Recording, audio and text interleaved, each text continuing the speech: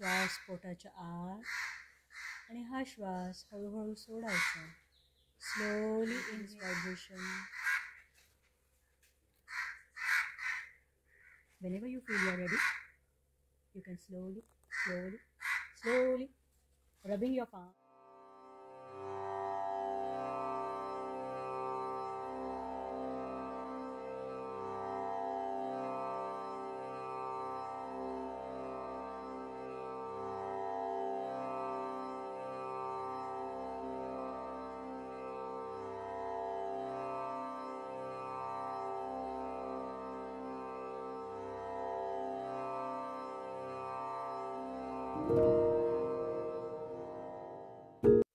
Hello, माझं नाव शिल्पा पाटील. मी human रिसोर्समध्ये काम करते बाय प्रोफेशन. मर्मबंध फॅमिली कॉन्स्टलेशन वर्कशॉपबद्दल माहिती होती, आधीपासून करायची खूप इच्छाही होती. 1 वर्षापासून मी सतत सरांच्या टचमध्ये होते. इथे आल्यावर बऱ्याच गोष्टींचा उलगडा झाला. कसे आपण आपल्या विचारांमध्येच अडकलेले असतो. आपण का स्वतःला कुठल्या नेगेटिव्ह गोष्टींमध्ये कसे अडकून घेतो, की आपण स्वतःला कसं चॅनलाइज करायचं या वर्कशॉपमध्ये कळलं. एक नवीन कन्सेप्ट जो मला अतिशय आवडला तो म्हणजे एपिजेनेटिक.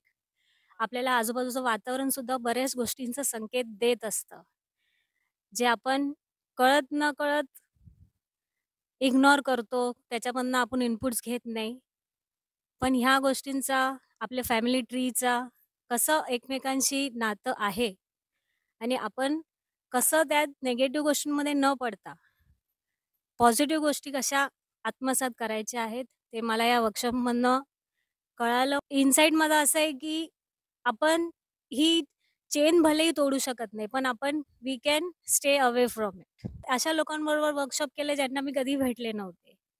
पण जेव्हा एकत्र यायचं असेल, तेव्हा कसं सगळ्या गोष्टी जुळून येतात आणि आपण एकत्र येऊन कसे एकमेकांचा आयुष्यातला गुंता सोडवतो, स्वतःसाठी आपण वाट निर्माण करतो.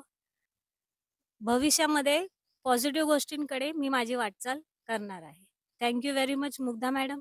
मार्ग दाखवल्याबद्दल, गोष्टींचा उलगडा केल्याबद्दल, चुकांची जाणीव करून दिल्याबद्दल आणि मी कशी ती दुरुस्त करून मी माझा पुढचा मार्ग माझ्यासाठी आनंदमयी आणि योग्य करू शकते, याचं मार्गदर्शन दिल्याबद्दल.